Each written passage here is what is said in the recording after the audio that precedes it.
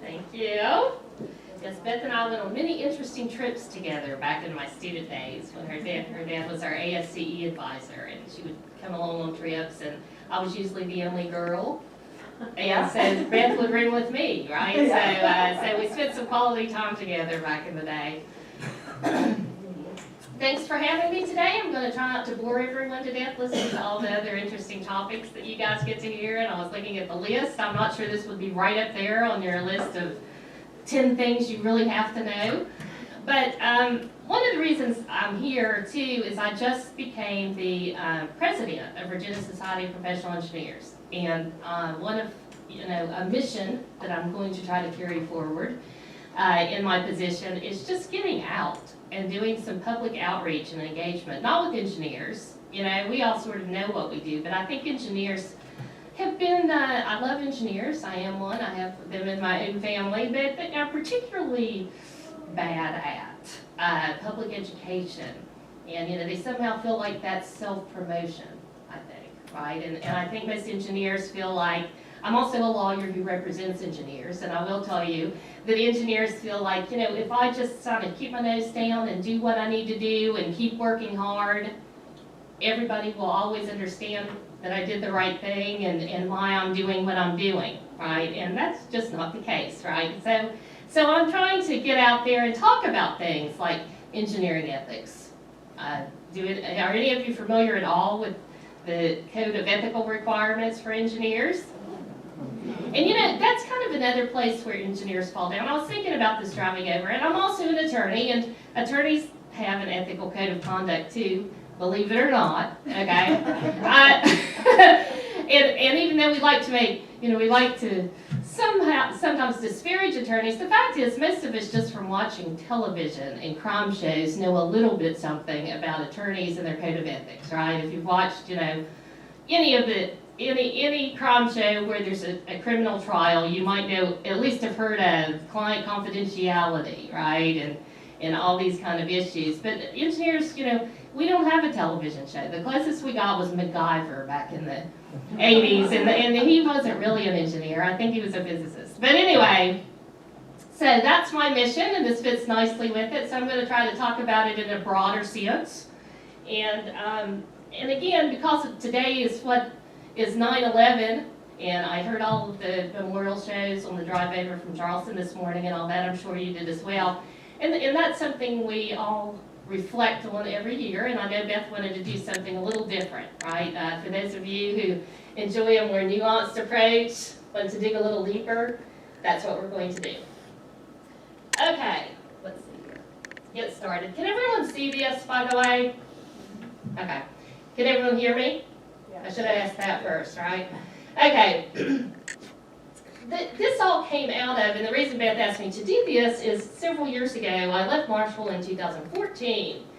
And in, 2011 or 12, Marshall started a critical thinking curriculum and a freshman year seminar. And the idea was to get professors from particular disciplines to offer freshman year critical thinking and writing seminars to students that weren't in their discipline.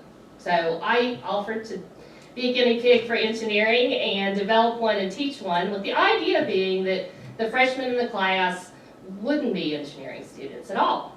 And so I needed a theme, so I was convinced, Roberta may have been one of the ones that convinced me of this. I don't know, a lot of people convinced me. Don't blame me. Engineering's kind of boring, so maybe you should just call yours engineering disasters, because that's not as boring. That's really how it came to get its title, right? So I did this critical thinking seminar on engineering disasters, but it became very popular and we really started to get into it. And these were kids that weren't engineers, had no ambition to ever become an engineer, but had never really thought about some of these issues, right? And I sort of kept that up over the years, even though I'm not at Marshall anymore. I go out and I do a lot of public speaking. I'm somewhat of a thought leader on the engineering ethics these days. Imagine that, an attorney, right? Who would have known? But, so I kind of keep up. And also, I am an attorney, so I keep up with failures and things that are going on out there in the world. And these are just some things I thought of off the top of my head. Okay, these are some engineering disasters in the news. And I don't know, you can all take a look. I would expect that most of you recognize the great majority of them. And you know, they keep happening. Florida International University bridge failure just happened. Flint water is still happening, right? We'll have to do a separate seminar on that one of these days. That's a never-ending one. But, you know, so all these, and they also contain an element, all of them contain elements of ethics and communications and just human factors, really. You know, it's not, as a lawyer, I can tell you, it's usually if there's an engineering failure, it really doesn't have anything to do necessarily with the engineering, it's a human factor. Lots of times it is communication. Many times it's an ethical issue that the engineer had and overlooked for whatever reason. So those are all the disasters. And the one I don't have up there, what's missing? 9/11, right? And sometimes when you mention 9/11 as an engineering disaster, I know my students did when I taught the class at Marshall, they think, well, that wasn't an engineering disaster. No one was pointing fingers at engineers. But that's not really, people always point the finger at engineers, first of all. But the engineering community, as much as being shook like the rest of the country in the ways that we all were by that event, also had their own professional issues, and it started a conversation in the engineering industry that's still going on. You'll notice a lot of question marks on my slides because that's all still happening. So what I want to encourage you to do before we get into the meat of this though is to please interrupt me. I like being interrupted with questions and comments, and it'll be way more interesting for everyone if we do that. Okay, this isn't my usual computer. I have to keep looking at the buttons.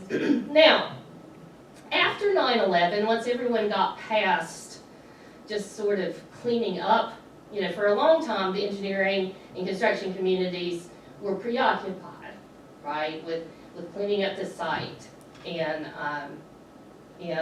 you know, which actually was more than just the two towers, as we'll see. It was pretty broad footprint of the disaster itself. And so that went on for a while, and that was really the talk in the engineering community, the disaster response. How did we do?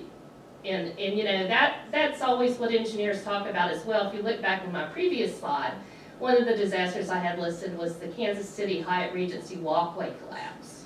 Do any of you remember that? Yeah, I remember that. If you haven't, out there on the internet, there's all kinds of, you know, YouTube videos about it and things like that. It's pretty extraordinary. And up until 9/11, it was the single greatest loss of life in an engineering disaster. Okay, well over 100 people lost their lives. Hundreds and hundreds more were trapped, were injured, horrific injuries, glass, concrete, steel, water, everything you can imagine. But it did become known and is known in the engineering community as a model of emergency response. You know, decisions that were made early on by the fire chief there. There was a doctor from the local hospital that immediately sprang into action with triage. All those things save lives and are held up as a model. So for a while, the engineering community is always going to be talking about that, right? But after some of that settled, these questions started to surface in the community. You know, first of all, what everyone wanted to know, what caused the collapse? What caused that in the first place? Everyone was so shocked when these towers fell. I can remember where I was when I heard the plane hit. You can remember where you were when the towers fell. It's very dramatic. And actually a third tower fell, World Trade Center 7, but it was in the afternoon.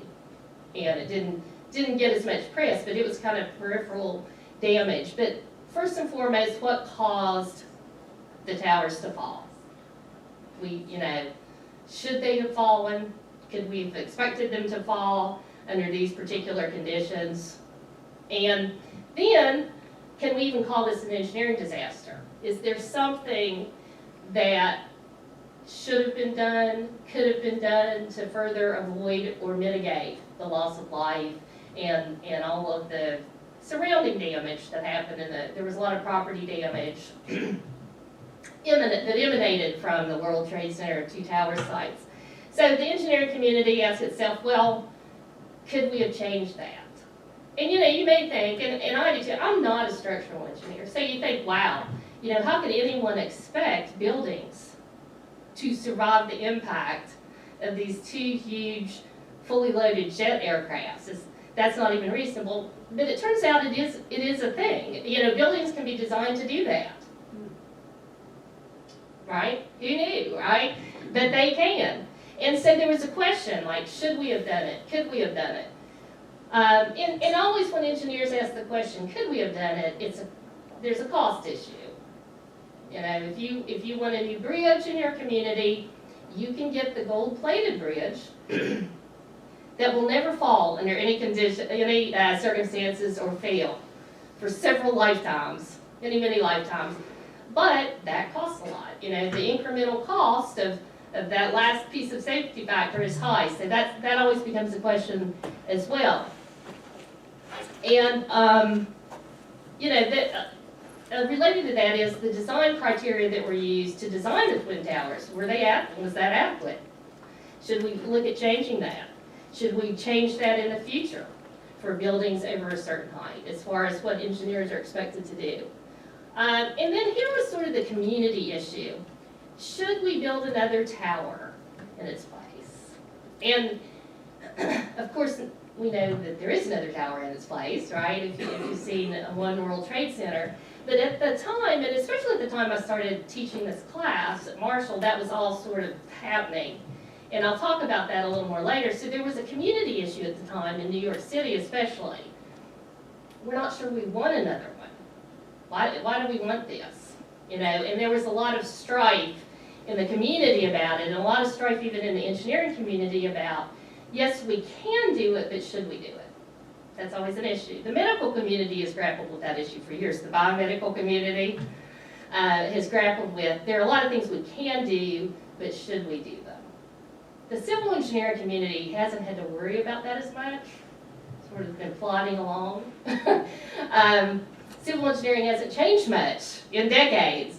But this became an issue and part of the discussion. And then, of course, all leading into all of that being said, what are the ethical responsibilities here of an engineer in the engineering community, right? And that's related to not just designing things or responding to disasters, but what are the obligations of the engineering community when it comes to public education, right? You know, just public education about a failure, or public education for people that might want to design it, you know, want to build a skyscraper. You know, here are the things you need to know and to consider when you do that. So these are some of the issues, like I said, that have been just kind of, not boiling, but a low boil maybe, simmering in the engineering community ever since the event, and that's been a while now.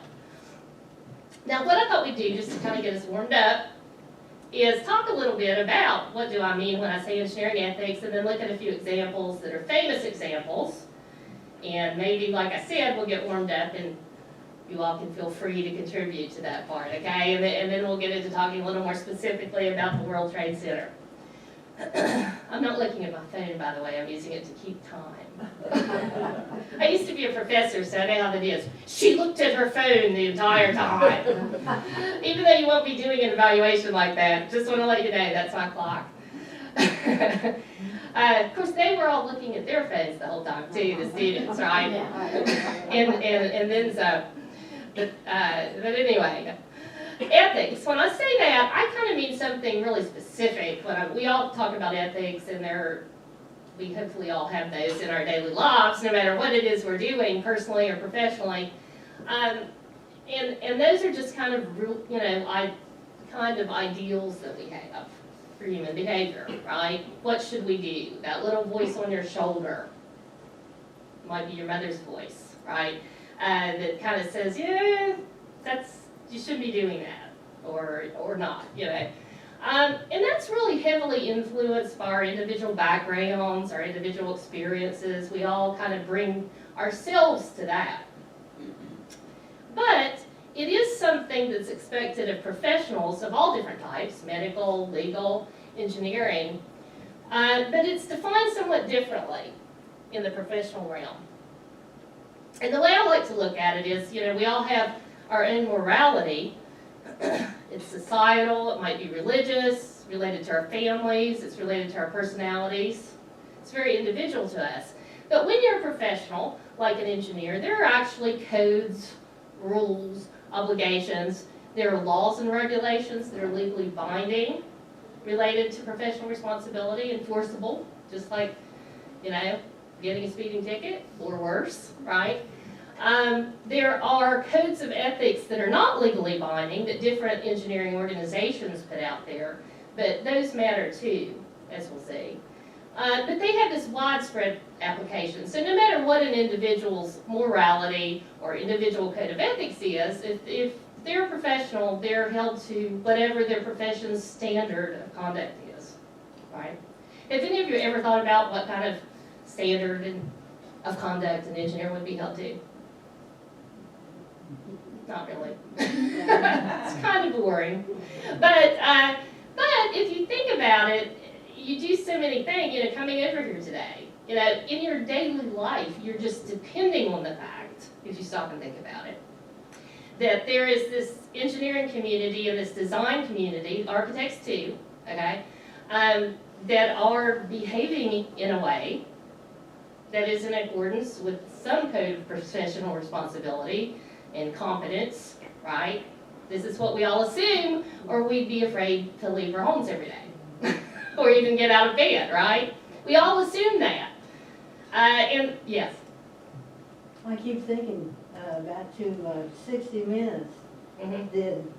did something where they discussed this kind of thing Mm-hmm. Relating to a hotel that was newly built out in San Francisco. Mm-hmm. Did you hear anything about that?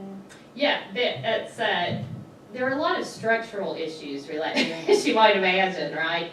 And actually, as computers and you know, the millennials that use computers a lot have come online, this has become a bigger issue too, right? Relying on software. Another question is what to do about it. Right, that's right. And the engineering community, I will tell you, is struggling with that.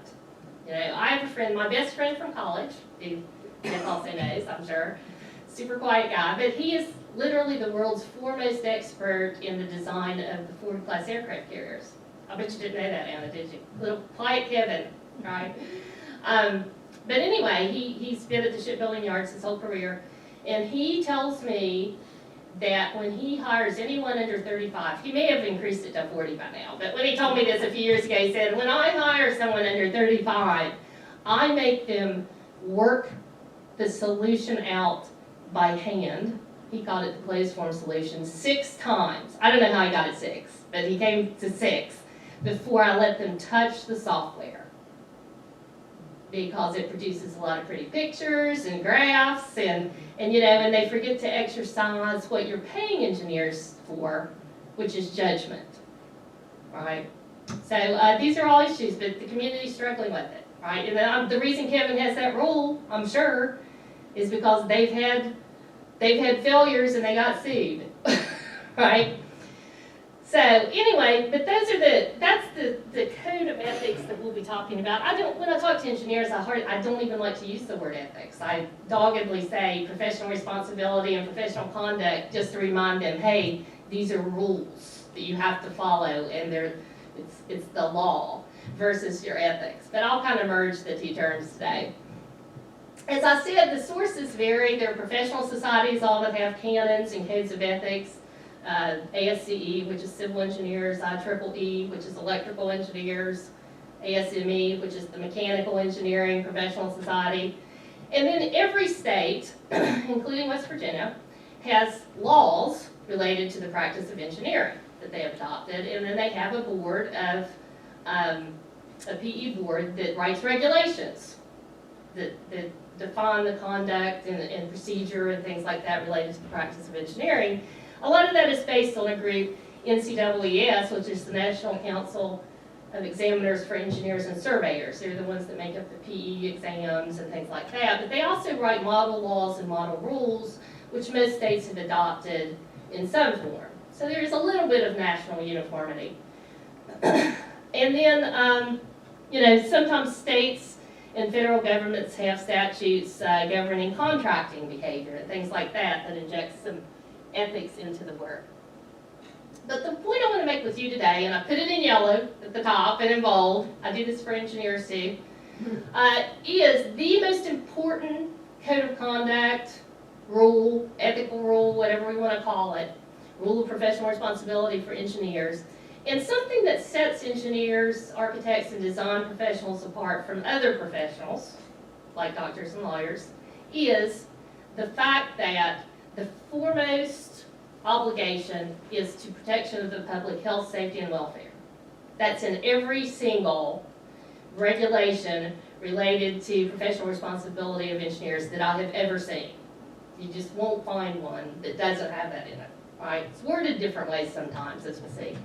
And then there's all these other obligations we have. We have an obligation to only work on things that we're competent in, which should make you all feel a little bit better, right? You can buy competence, though. You can purchase competence, but you can't seal something that you, or stamp something you're not competent at. Does not mean it doesn't happen, okay? But it shouldn't happen. There's an obligation to be objective and truthful if you're an engineer. You may not have known that. I don't know if you've ever thought about if engineers are truthful or not. But at this day and age, there's a lot of, we're always talking about truth and facts and that sort of thing, right? But engineers have that professional obligation, and then, you know, some other ones that are pretty common. There is a confidentiality obligation, but it's way down the line, and that sets engineers and lawyers apart. As a lawyer, first and foremost obligation is to the client, and to protect the confidentiality of the client. That's why you can have a criminal defense attorney who knows things, okay? It is not obligated to divulge them unless there's an ongoing crime being committed, okay? And doctors, obligation is to the patient, right? Do no harm. That's not true at all for engineers. The obligation at the top trumps everything, which can cause a lot of heartache if you think about it. If an engineer decides, wow, I have this obligation to protect the public and I have to go out and reveal these client confidences, what's going to happen?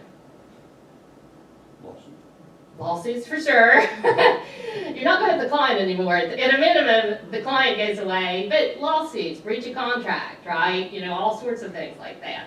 But the National Society of Professional Engineers, which has a board of ethical review and writes opinions on you know, how we should conduct these things, says, you know, that's tough, right?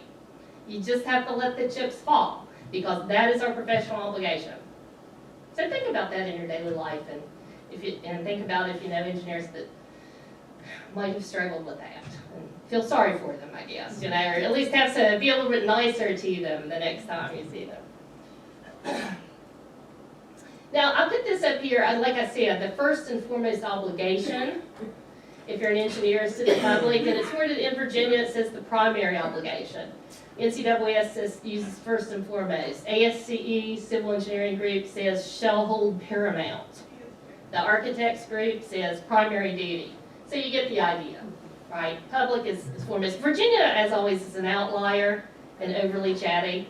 Virginia statutes were all written in, you know, 1801 or before, maybe in the 1700s. But anyway, it's pretty. I mean, if you read this, it's kind of stark. You know, if you're an engineer and your judgment is being overruled, then you have a mandatory duty to come forward and tell people about it. I recently did a presentation with a member of the PE board in Virginia, and I put this up, and in the presentation she said, "Oh my God, we have that rule?" So, I'm not sure it's a heavily enforced rule, but if someone was mad at you and you're an engineer in Virginia, they could use that rule, okay? All right. And then there's legal implications. Engineers can be fined, they can be penalized, they can mostly be just embarrassed, you know, public reprimand, which is bad for your reputation if you're an engineer, right? And also, they could be sued for negligence, because as it turns out, negligence, we call it malpractice if we're talking about professionals, it's just a duty to act as a reasonably prudent person in same or similar circumstances. We all have that duty every single day. Like if you drove here, your legal duty was to behave as a reasonably prudent person driving your car under these atmospheric conditions and road construction or whatever, Same in similar circumstances. If you hit someone, you would be held to that negligence standard. So in a malpractice case, an engineer is held to a standard of what would a reasonably prudent engineer with this kind of education, this kind of experience, this kind of background, what would they do? That's something we should expect, right? You'd like to think that engineers all do that all the time. And I always tell engineers, you can't run away from that. Like if you're talking to your neighbor out at the back fence, you can't all of a sudden not be an engineer for a few minutes, right? You're still carrying with you. You're carrying with you the weight of your education, your experience, your knowledge, your skills. You cannot leave that behind ever, even for a second. Engineers hate it when I say that, but it is true. All right, and one of the sources for that standard of care is regulations. You know, if a court is looking for, okay, well, how would a reasonably prudent engineer behave in this situation? One place to look is the Code of Professional Conduct, right? So even an engineer that might be ethically challenged as a person still has to worry about the fact that, wait a minute, we have these rules of professional conduct and professional responsibility, and if I violate one of them and someone sues me for being negligent because something fails, then that is evidence that I did not meet the standard of care. Okay? It's kind of a bare minimum. So, I can tell everyone's eyes are glazing over. We've gone into enough depth for engineers, so we're just going to look at a few examples. All right? And these are things that were in the news. Okay, I'll give you a few minutes to read this one. As soon as you recognize what it is, tell me.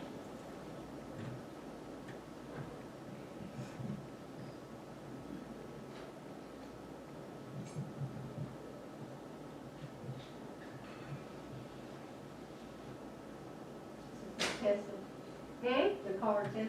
No, it's not that one. I'm going to talk about that one in a minute. It's not that one. Pinto? Pinto, right, yes, my students never know what this is, but I figure someone in here would know. Like, I remember the Pinto. Okay, the Ford Pinto, right? And if you remember, the Ford Pinto, did anyone have a Ford Pinto? We had like a Chevette and an Escort, which were the after models of the Pinto, I guess, the hatchbacks. But anyway, there was this little problem. And at the time, if you remember the time, it was kind of a big deal. Everybody had been driving a huge gas guzzler cars, right? And then there was the gas crisis, and it was a big deal for American car makers to design these compact cars that were hatchbacks. A very big deal. I can remember when our family bought our first hatchback car, and it was a major event for my dad to do that. But anyway, they designed a Ford Pinto. I usually have a picture of it. I didn't bring one with me. And it had this little problem. Because of the location of the gas tank in relation to the rear wheel well, it turned out that even at a very low speed, kind of fender bender crash in traffic, you would get these fuel-fed fires that in some cases made the car blow up. Anyway, resulting in death. Many, you know, it was pretty prolific. And as you might imagine, there were some erstwhile attorneys out there who brought a class action against Ford. And it turned out the smoking gun memo surfaced. The smoking gun memo always comes out, by the way. Okay? If you write a memo at work and store it away somewhere, I'm not sure you can do that in the computer age. In the old days, you could literally put it in a file, okay, in the basement of the building. But I used to work in Cleveland for a big firm, and another big firm there did all of Reynolds tobacco work. And this was like in the early 90s. And the rumor was that in the bowels of the building is where all the secret tobacco files were in memos, right? But they always come out. So this memo came out, and you can Google it. Ford Pinto smoking gun memo and read it. It's really kind of neat. It's written on an old style typewriter, and you can picture the engineer. It's a short sleeve shirt, it's a pocket protector, white shirt, you know, just doing his job, okay? Doing his job. And what he was asked to do was a cost benefit analysis using the present value of money. Engineers love that. I love that kind of work, okay? But he was asked to determine the present value of doing a recall. And it was a minor, I think it was $11 per car in dollars at that time, okay, to fix this defect. Or, as opposed to the present value of letting all of the fires and deaths play out and just paying the people off in lawsuits. So, he sat down at his typewriter, he did the math. Engineers are good at that. He did the math, he wrote a memo, he signed it, and said the present value of just letting the fires happen and paying off the lawsuits is less than doing a recall. Okay? Ford didn't do the recall, and we all know what happened after that. Alright, so, ethical issue with that for the engineer? But, yes, Would an engineer ever put a personal opinion onto that memo? well, not, I think not. I know a lot of engineers, and I think this engineer probably in his defense, right?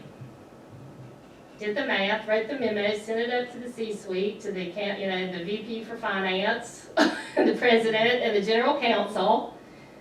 And, I don't know if he thought about it again, but he just figured he was doing his job that day, all right? What should he have done under the rules that we looked at? Say, as far as the public welfare is concerned, you need a recall. At least say that, right? And then, uh-oh, what happened, Beth? The power went down on my computer, you gotta say that. This isn't my computer, by the way, I got my MacBook over there, but then if that was ignored, arguably, the engineer should have done what? Let's say they put the line on, okay, here's what the numbers are, but I strongly recommend looking out for the public welfare. What if nothing happened from that? What would be the engineer's obligation? You could resign. Yeah, or make some kind of do something, right? Well, you better, if You'd you're be gonna. considered a whistleblower at that point? Yeah, well, at that time, there wasn't whistleblower legislation, so that's something that has helped us as an engineering community, certainly. Okay, here's another one. Okay, everybody's gotta know this one.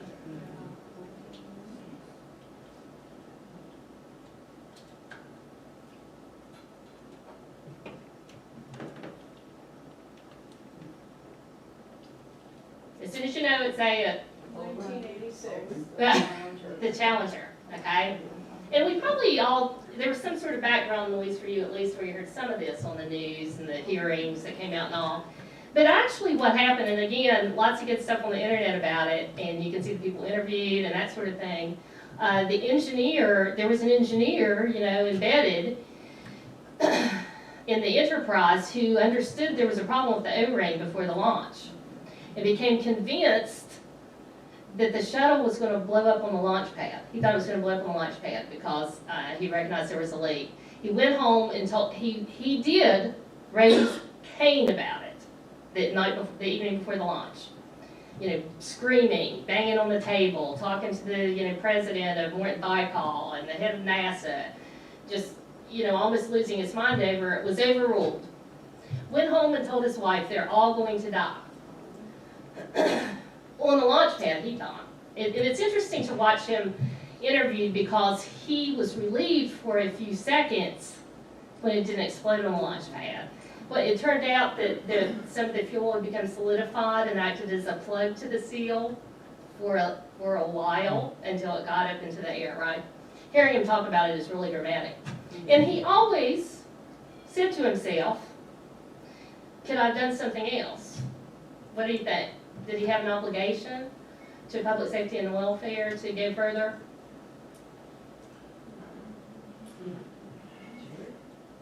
Probably, yes. There's another interesting issue here, and that is between, as to whether or not the public interest was really the people that, became astronauts Mm-hmm. accepted a great deal of risk. That's right. And a further example of that, I've done a little bit of work with both commercial aviation and military aviation. Mhm. Commercial aviation, triple, quadruple, 5 times redundancy. Mm-hmm. Military, the pilot will take care of it. Right. And it's not quite that, Mm-hmm. but there is a different audience for each of those. There's a different audience for each of that, and I think that was probably it. Yeah, I think That that's works. right. And there is a mentality, you know, my husband's a retired career officer, and there's the expression in that engineering corps, let's see if I can get it right, pound it to fit and paint it to match. So, point taken. Okay, how about this one?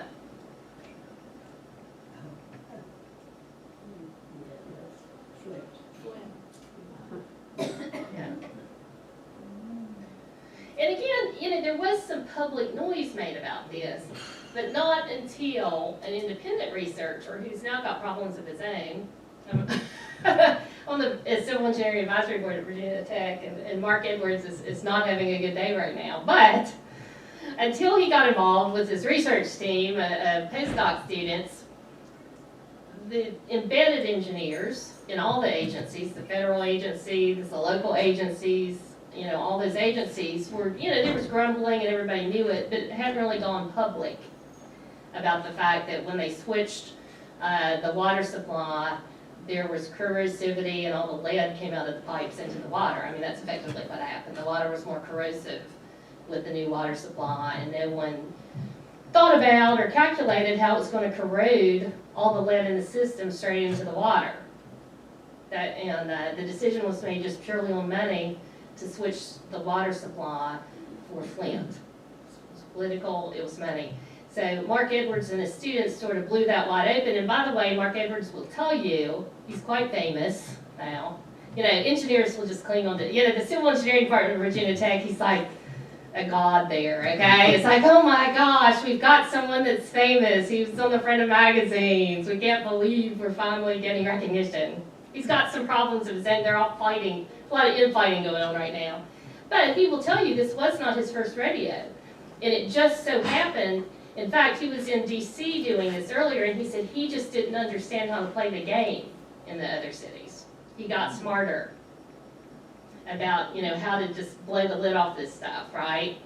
And he's very, you know, he's pretty cynical about it if you listen to him talk. But what should those engineers have done? And some of them, by the way, have been indicted. PEs, professional engineers, have been indicted over this. But what should they have done? This is very much a public issue, right? It's the water supply. And so clearly, what? Report it. And you know, you've got to ask yourself if it's especially if it's a government employee with some civil service protection in the modern era, what price would you really pay for going forward? Yes. You want to localize this. Mhm. Our chemical alley has the highest cancer rate in the industrial world. Mhm. And how much diligence is spent trying to work through that. Mhm. And in its own way, it's at least as dangerous. That's as- true. Yeah, And you know, you can't see it and touch it and feel it like they could with the Flint water, but it's at least as bad, if not worse, right? Yeah, that's right. And so there are engineers, again, I know many of them in Chemical Valley that are embedded in all this, and they do struggle with their issues. I think this is the last one. This one has sort of a good ending. You may not have heard of this one. Anyone heard of the Citicorp building in New York City? Well, this was a situation where a very famous, all the structural engineers would know his name, okay, designed the new Citicorp skyscraper in New York City. This was before the World Trade Center and all that, which we'll get to, I promise, on my next slide. And the building was at least halfway done. So you know how a skyscraper goes up. There's a lot that's in the ground already, right? So it was halfway out of the ground. And the guy that designed it taught at, I think it was Columbia. And one of his graduate students came by one day and said, you know, I've been over in the wind tunnel, and I've been running some numbers, and this building is not going to withstand the crosswinds. There's no way, right? And at first he kind of brushed him off because he was just a student. But the engineer, to his credit, redid the calculations and found that indeed there was a design flaw and it wasn't going to withstand even sort of standard wind conditions. and went forward, went public with it, all right, and said, stop the presses, we gotta take the building down, we gotta put it back up. You can imagine how much all that costs, right? So he was a hero, right? Parade, going down, the main avenue there at Park Avenue, what do you think? No, he lost his business, he got sued for breach of contract, he probably never had another insurer that would ever represent him for liability insurance. However, he is still withheld in engineering textbooks and ethics textbooks as a hero, but at that moment, he really wasn't a hero at all, right? So, sometimes ethics are hard and expensive. Okay, now that we're warmed up, let's talk about the World Trade Center a bit. And this got a lot of press. I'm sure, there was argument about this. Well, what caused it? And again, you may think, well, that's a no-brainer. 2 planes ran into the building. Planes ran into the building. Of course, that's what caused it. But the bigger issue was, there were engineers that came as volunteers to the scene immediately to try to help with, trying to figure out what was going to. None of them predicted the building was going to come down, but they were trying to predict what would happen so they could get people out, right? But the engineers, one of the things engineers are really good at is writing after-action reports. And just doing self-assessment, just almost self-flagellation, okay? Engineers are good at that. They're going to go in and figure out, okay, we messed up there. Katrina is an example of that. The Corps went through a tremendous soul searching after that and changed the entire way they do business related to dams and levees as a result of their after action. So there were a lot of those. National Institute of Standards and Technology, or NIST, did a huge report. The Federal Emergency Management Agency, working with American Society of Engineers, big report, right? And the studies focused on building design, just the mechanics of materials and what was happening when the planes hit, the force of it, plus the fire, material issues, and then fire safety issues, obviously, abounded in this enterprise. And here's the front of the NIST study. It's all online if you are so inclined and really want some reading to put you to sleep and that sort of thing. It sounds exciting, but it's a long report. There's a lot of technical detail in it. And then the FEMA study, FEMA report 403, okay? And actually, if you don't read anything else, there's an executive summary of the FEMA study that's pretty light reading and pretty short.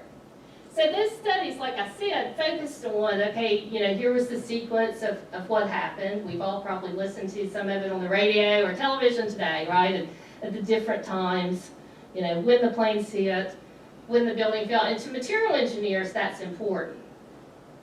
I was with a group of forensic engineers last summer in Atlanta, and we got to talking about how the I-85 bridge fell in Atlanta a couple years ago, and because it caught on fire.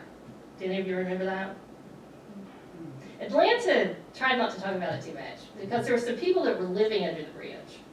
And that I found this out from hanging out with my forensic engineers in Atlanta last summer. They're very gossipy.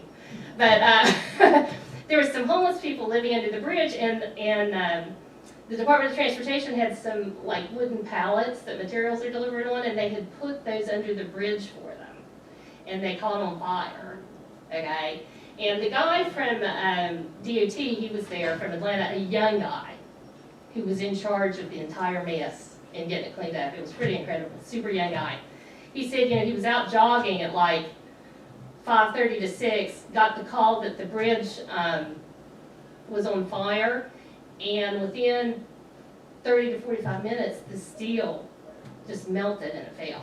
Right? And so the forensic engineers, what they were talking about is how could that fire have possibly gotten that hot in that short amount of time? And there's all kinds of conspiracy theories and stuff like that about it. But I won't bore you with those. But so forensic engineers are really interested in issues like that. So the timeline. You've got all this steel in the building. What exactly caused this collapse to happen, right? Because it was the steel. I think I've got some pictures of it was a building that had this, steel exoskeleton. This is when one of the towers was being built. So it was a steel framed building, as are all skyscrapers. I mean, if you look back at kind of the old-timey pictures of skyscrapers when New York was becoming New York, they all still kind of look like that, right? Not much had changed. Here's a base of the exterior wall frame. So a lot of steel went into that building, right? And the forensic engineers that studied it were interested in the timing of events, when things happened, and as I said, there were a lot of other buildings implicated too, because things exploded, came off the towers, went onto other property, and in fact, World Trade Center 7 caught on fire as the result of that and fell later that day. And I guess by that time we were so overwhelmed with all the other awful news of the day that kind of went by unnoticed, I think, as far as just a public event. But it became very important to the forensic and material engineers who said, okay, here's a case where a plane didn't hit first, right? This was just fire. So we can analyze, we can kind of separate out the fire from the impact of the planes, and here's one that fell, and it was just due to the fire. All right, so they spent some time and energy looking at that in a report and came up with the causes. And again, this was all sort of litigated in Senate committees and things like that. I don't know how many of you watched that. Probably not many. But anyway, and not surprisingly, there was structural damage, tremendous structural damage from the impact of the planes and the speed at which they were going and the force. They were huge. They were fully loaded with jet fuel and people. Some of the biggest planes Boeing had. And obviously structural damage immediately, we all saw it. I mean, even you could just see that watching it, right? But then there were these fires as a result of the volume of jet fuel. Some of the jet fuel immediately, this is what the study said, okay, became fireballs and kind of burnt themselves out quickly, as fireballs do. But then there was so much jet fuel that it just poured down the stairwells, elevator shafts, all the interstitial spaces in the building, and became a further fire hazard. So what the engineering community decided is it was progressive collapse. And that's sort of what spawned some of the conspiracy theories. I understand that you've talked about that already in this group, right? So, but because you don't see that many progressive engineering failures in buildings unless they're planned. You've seen the buildings that they implode because they're going to put up another building, and they're sort of designed to sort of phase things in, right? So the whole building doesn't just topple over and make a big, huge mess, right? And hurt people and hurt property and that sort of thing. So that's the way these buildings fail. And what the study said is, but it's because we had just this kind of the perfect storm of events that created this progressive collapse. It didn't all fail. It wasn't catastrophic failure. Pieces of the building, right? Pieces of the steel were melting. When you added the structure, part of it fell immediately because of the structural damage, and then the rest of it was piecemeal, and that's why that's why they kind of went down in this way that we're used to seeing buildings blown up on purpose go down, right? They just kind of go straight down, went straight down into even toward the basement, right? And then as we all saw, pulverized things into powder. Remember that floating all over. So that spawned some theories, okay? And we'll talk about that in a minute. But as the towers collapsed again, there were these debris clouds and these fires elsewhere, right? Where sparks went and other buildings caught on fire, like World Trade 7, that sort of thing. Now, the engineering community, and especially the civil engineering community, which was involved through American Society of Civil Engineers in the study, the majority of the engineering community agreed with that causation study, but there was a petition going around the engineering community that's still out there where, I don't know, 3,000 engineers signed a petition saying, we don't agree with this study. We don't think the NIST study was done properly. We don't believe it. We want to see the data. And there are still papers. I've got this second bullet here. There was a paper. There's kind of a group of professors, okay? One of them is from the big university in Canada, in Montreal. McGill. Yeah, McGill. And then there were some from UC Berkeley and, structural engineers, all right, PEs, PhDs, that were kind of leading this effort, and that as late as 2014, they were still writing papers about it, okay? They're probably still writing papers about it today. This is the one I just kind of found on the internet, right? But there's probably some other ones out there, and their claims were there was inadequate forensic investigation of the debris, which was destroyed in a lot of cases. There wasn't, a lot of things were just almost vaporized, and then a lot of the debris was carried off because if you remember, everyone was trying to get back to business and live their lives, and so and no one expected lawsuits or anything like that. Usually if there's a big engineering disaster, everybody wants to conserve the debris because they know there's going to be a lawsuit later. No one really expected that here, right? So anyway, they claimed that, and they said, well, no one interviewed all these observers at the scene, and there wasn't enough peer review. So take that as it is, right? But sometimes the engineering community kind of don't always agree, right? And as I said, there are a group of engineering professors and engineers out there still writing papers about it all these years later. So I'll just leave that there, okay? But again, far and away, the engineering community agrees with the NIST study and the FEMA study. Now, the second question the engineering community asked was, should we call this a disaster? Should we wrap this one up with the Kansas City? Can we now say the Kansas City Hyatt Regency isn't the engineering disaster that caused the biggest loss of life? Is this something we want to call a disaster, or was it a success story in its own way? Now, some people are appalled when you say that, but some engineers feel that way. Here's a quote from the FEMA report, right? And the FEMA report definitely called it a disaster, right? One of the worst engineering disasters in history. And they used the words engineering disaster, and that kind of hit the engineering community hard.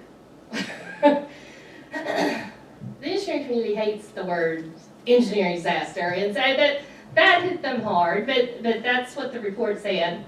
There were 10 major buildings. They experienced total or partial collapse. 30 million square feet of commercial office space was destroyed, effectively. So the FEMA report says, that's a disaster. On the other hand, some of the engineering community came back, and there's some engineering professors out there in the structural community.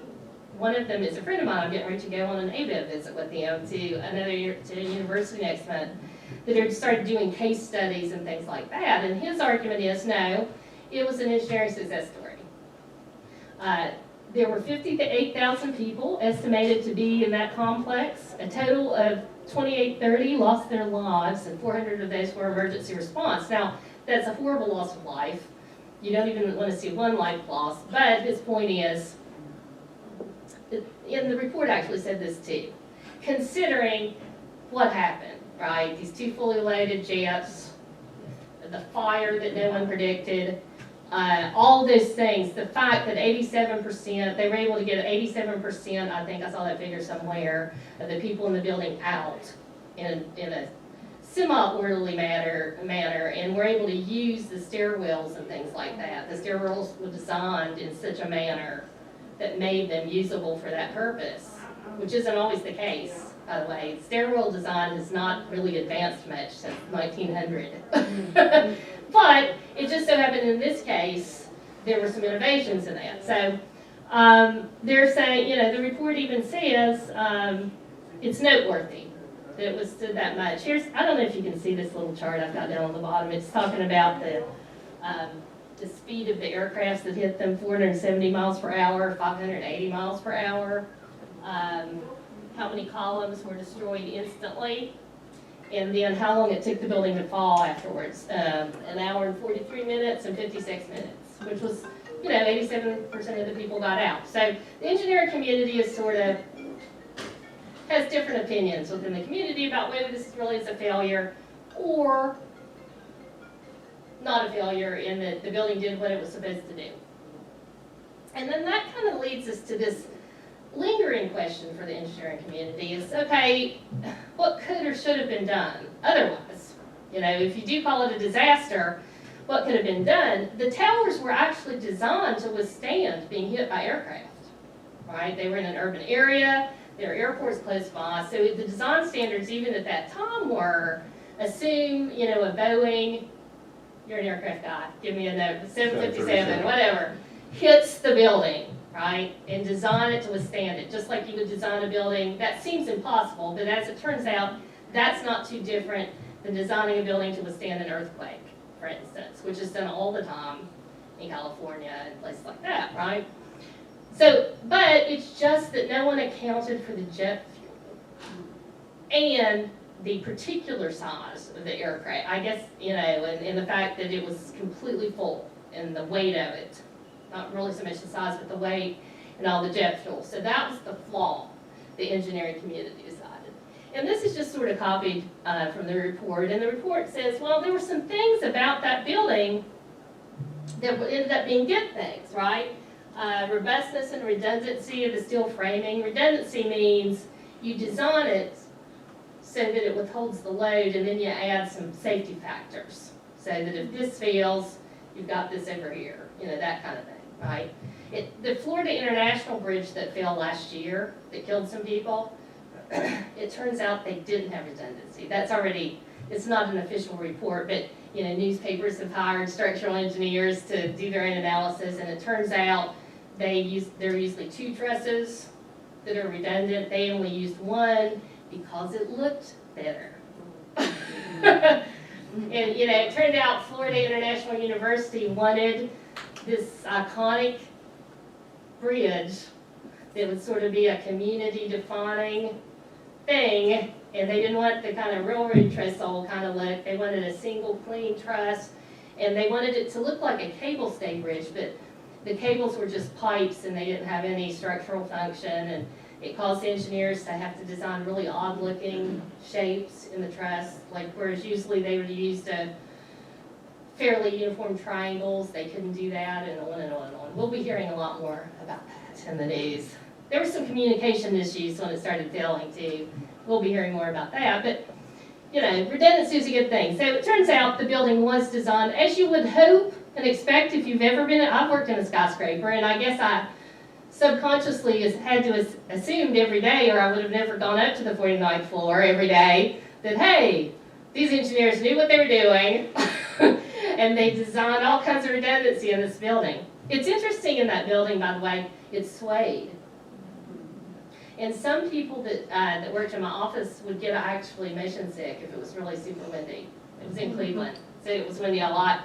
And the engineers that designed the building actually wrote a memo and sent it to all the tenants and said, don't be afraid, the building's designed to deflect 3 feet at the top. It's totally supposed to happen. But that doesn't make you feel that good when your door is like swinging, okay? But and then the report identified, but here's some things that could have been done better. There was a lot of issues with the connections and the floor joists, you know, which allowed things to just kind of fall right through, you know, sort of like the Kansas City Heights. You have things falling on top of something else and just taking each other out. Some of the egress paths were blocked just because of the way that they were designed. And then some of the fire protection got kind of blown off effectively. And was just completely ineffectual. So whatever they sprayed for fire protection did nothing, right? So, you know, you could look at all those things and say, well, okay, these are all things that could be improvements the next time we build a skyscraper. Fair enough? And, you know, like I said, I'm not going to read all these. These are recommendations, right? But it's interesting, the report, just the yellow parts, the white part is just all from the report. You can look at that yourself if you want to from the executive summary. But in yellow, it's interesting to me that the report says, for buildings that are being evaluated or designed for extreme events, you should do all these things. Okay? and then the question is, what does that mean? Right? Maybe it's a lawyer in me, but what does that mean? To design, is every skyscraper you design in a certain area of the country or any area, by definition, designed for an extreme event like 9/11? What do you think? What's the cost again? It does come to cost, right? There is a way to design every single building so that it won't fall down, right? But how much do you wanna pay for it? And as a society, here's where we get to the bigger societal issue and the public policy issue. As a society, is it that important to us? Right?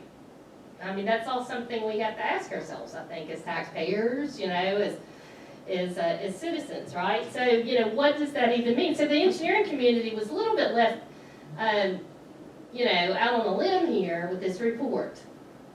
And the engineering community is always thirsting for, because of that negligence thing, the engineering community is always thirsting for someone to tell them, here's the standard. Like, here's the page in the book, and here's the design standard that you're going to use when you design this. This kind of cut them loose, didn't it? Just kind of like, you know, if you want to design for an extreme event, whatever that means, could be an earthquake, although there is earthquake design. It could be tsunami, it could be planes hitting a building, whatever. These are the things you have to worry about. Should you do it every time? We don't know. I mean, that's effectively what the report left the engineering community with. And so what it caused was a sort of an existential crisis in the structural engineering community about the future of skyscrapers. And this on top is a quote from the engineer who led the design of One World Trade Center. I don't know if any of you have been up there to see it. I mean, we went, we drove up to Maine this summer, and it's, you know, even just driving by New York City and it's sitting over there somewhere in the distance, it's just huge, right? I mean, it's just completely sticking up there in the skyline, this One World Trade Center. But this is what that engineer said, and he said the engineering community was trying to figure itself out after 9/11. Should we stop designing skyscrapers? And, you know, no one had even thought about replacing the World Trade Towers yet, the Twin Towers. We hadn't gotten that far. It was just skyscrapers in general. What are we doing, right? And everyone was grappling with that. I'm sure a lot of really famous architects and structural engineers thought they were going to be out of work, I don't know, or designing something really boring for the rest of their lives, I don't know. But he's saying we knew that the current building codes wouldn't be sufficient, so we were designing a building for some future code that hadn't been written yet when we designed One World Trade. Again, as a lawyer, I'm not sure what that means, okay? But now, sort of the opposite view from that. So that kind of gets to the question of, like I said, the medical profession grapples with all the time, especially these days. We can do it, but should we do it? Just because we can do something and it's really cool, it's really nifty, we'd feel really good about ourselves and our capabilities if we did it, should we do it, right? And so Elon Musk, who's a horrible person to quote today, okay, I'll get and admit that. He's not someone you want to get around quoting right now, I don't think. I was telling Beth on the way over, there's now a law firm that's filing a class action for everyone that lost money, whose stock lost money when Elon started his little Twitter escapade a few weeks ago, and there's a website, teslatweets.com or something like that. So if any of you lost money, go to teslatweets.com and you can sign up for the lawsuit. So he's got issues. But a very famous quote that he gave early on in the design and production of autonomous vehicles was, you know, right off the bat, I mean, there was a wreck. And you know, part of the civil engineering community is struggling with this because the idea is to have autonomous vehicles that communicate with smart roads. Except that, and you know, the humans would be totally out of it at that point, so to speak. We don't have smart roads yet, and humans are still sort of involved in the autonomous vehicles, right? So it's not a, you know, there's some it's not working perfectly, and not surprisingly, there's started to be some accidents and people were killed, and you know, autonomous vehicles runs the stop sign and T-boned someone died. I think that was the first one. And Elon Musk got a lot of flack, which he does. He says a lot of things, right? And said he thinks it would be irresponsible and immoral and negligent not to do it. Like if we can do it and we know we have the technology and the smarts to do it, then shame on us, we're negligent for not doing it. Do you agree with that? Yeah, I mean, that's kind of the whole engineering ethics idea, right? But that's what he said, and even to defend Elon Musk a little bit, the head of the National Highway Traffic Safety Agency came out and said, we can't wait for perfect when it comes to autonomous cars. Yes. Well, even the conservative estimates are that autonomous cars would reduce traffic fatalities by 80 or 85%. So, I mean, it's not like we're talking about a small increment. Right, that's right, that's right. And there's data on both sides, and, you know, what the public has, you know, and maybe this is an education issue too. Like I said at the beginning, engineers are horrible at explaining themselves and their thought process and their rationale and why they're doing things. They just assume that everyone understands they're doing these things because they're good for society, they're good for the public, and, you know, everyone's better for it. And the public doesn't get that message most of the time. I don't think so. When the public starts seeing the evening news, right, and the autonomous car kills someone, right, you've got a new teenagers out driving, right, or whatever, you know, it causes this public furor. But the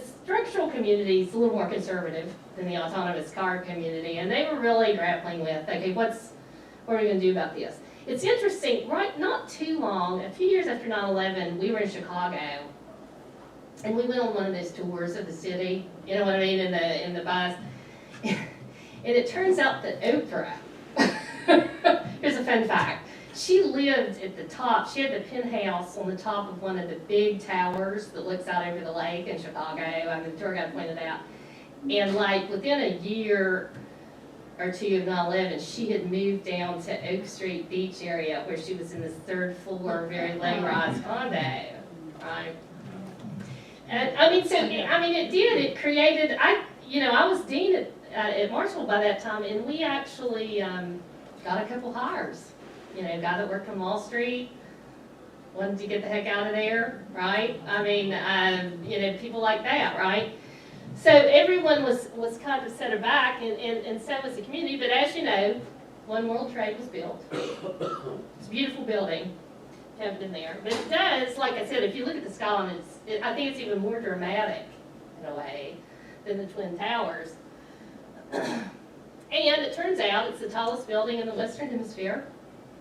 Third tallest in the world, I don't know what it's called now, the Burj Dubai. It's not called that anymore. It's Prince something or other. I think it's the tallest one. It was very controversial at first though, and that's one of the things I did with my students at the time was, okay, we read some of the local articles from New York City, and there was just an outpouring of don't build this, right? And there was, you know, there were some issues at first. They couldn't get tenants to sign on. You know, and they may still be having that issue, I don't know. But that was a big issue. But there were, time and time again, you know, there was a lot of angst about whether to build it. And of course, the engineers, the one I just quoted, they really, you know, if you got a hammer, everything looks like a nail, as they say, right? And they really wanted to design the building. And you know, there was a name change. At first it was called Freedom Tower, if you remember, and there was some controversy with that, and they decided to call it One World Trade. But the decision was ultimately made politically and as a policy matter and as a society.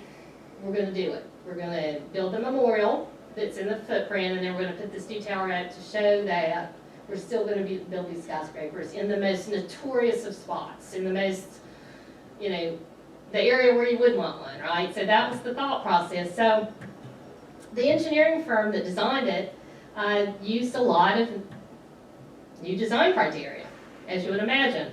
One of the things they did was they put a high strength, and normal concrete is like 2,800 to 3,000 PSI, pound per square inch. This was 14 or 15,000 PSI concrete. And so, and concrete doesn't, you know, it's not going to melt like steel, I get was the idea. So the entire core of the building is this high-strength concrete core, which, again, a lot of the people in the community objected to. Because, you know, the firm was going around saying it's stronger than rock. And so a lot of the local community was saying, we don't want this big huge boulder of a building. in the middle of our community, we have a lot of issues with it. Can we not spend our money in more efficient ways? But it was built, it's a perfect octagon at the center, which is a pretty stable arrangement. And there are all kinds of innovations in fire suppression, making it stickier so that fire can't burn it off. New designs for firewalls, new designs, and I know the Burj Dubai is like this too. The architect from, I think, Chicago that designed Burj Dubai came and talked to our Marshall Winter Technical Conference one year, and he was talking about how they had designed all the stairwells so that I don't know if it was every floor, but every few floors there was sort of a safe area where people could stop and rest. That was almost like a bomb shelter. But it's expensive, right? And then all of these, they added the new assumptions regarding how the building might be impacted, what might hit it, right? That sort of thing, right? So the question for the engineering community then became, what? Well, that's nice, but now you've gone out and you've created these new set of design standards for the entire engineering community. Like the first time I designed a building that doesn't have the concrete core, right, and doesn't have all these protections, and a plane hits it, somebody's going to sue us, right? So there, that's the question, and this is my last slide. Is that the new normal for the engineering community, right? Or do we have this new standard of care now in the structural engineering community when it comes to buildings, and what's the cutoff? Like 100 stories have to be designed this way. What about a 50-story building? You can see how that goes, right? What about public policy issues and our obligation to maybe just get out there and inform the public about some of these issues and some of these decisions we're all making? And it all goes back to the cost-benefit issue that engineers make that engineers and owners decide every day when they design something. How are we going to balance that cost and benefit if we put these extra safety innovations in it? I put this statistic up here. It was interesting when I did this in class. I asked my students to write a letter it was a writing class. So one of our writing assignments was, write a letter to the editor of the New York Times, and you're a resident of New York City, and express your feelings on whether this building should be built. And 90% at least wrote letters that said we don't think it should be built, which I thought was pretty interesting because it's a young group of kids. And when you're young, everything's great, right? Like, yeah, sure, build the building, build the car, jump off the building, whatever, but they didn't. It was a group of students at Marshall in West Virginia. They weren't urban and skyscraper kind of people, I guess, maybe. Some of them were. But I thought that was interesting. I haven't really done much with that or further analyzed it, but it is. But, the bottom line is the engineering community is still, to this day, and they're going kind of a self-evaluation and analysis about the impacts of that event. So now and you can do some of the evaluation analysis as well. Any comments or follow-up? My son would have been in 2014 that graduated from civil engineering. Yes. And I remember him telling me, he said, now Mom, I think it was Bill Pearson Yeah. that said to his class, Mom, or he said, doctors kill patients one at a time, engineers kill people thousands at a time. I didn't ask you if I was going to use that quote. That is true. It is true. And it is scary to a young person. When you look at, if you talk to young engineers coming out of school, it's it's an incredible weight to carry on your shoulders. It really is, yes.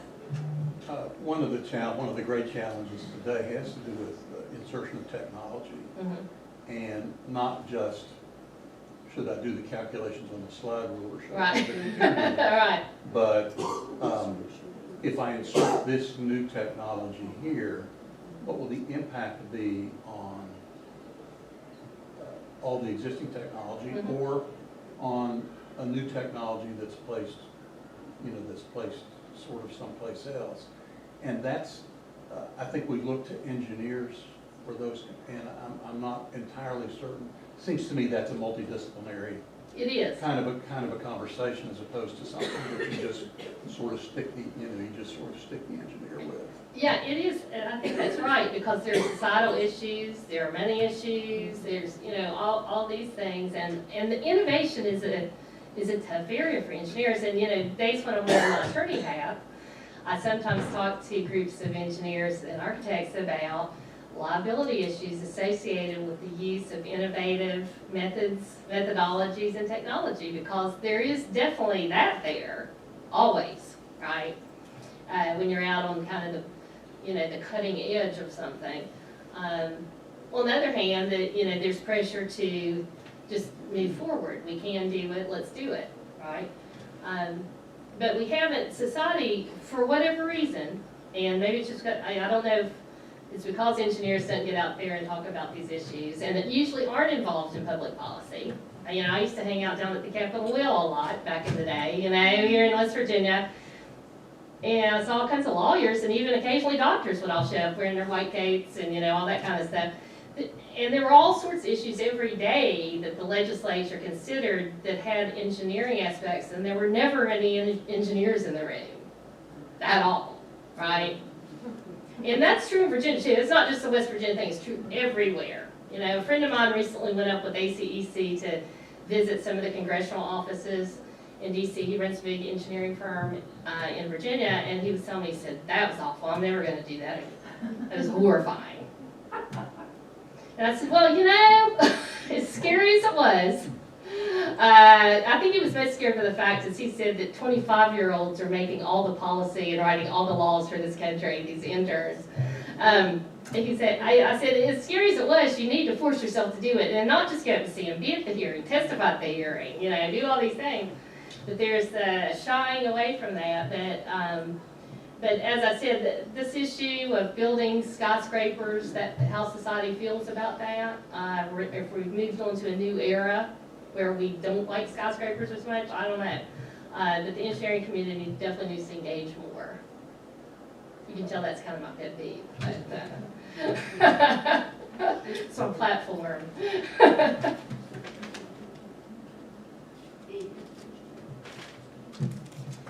Okay, I think we're finishing on time. You're welcome.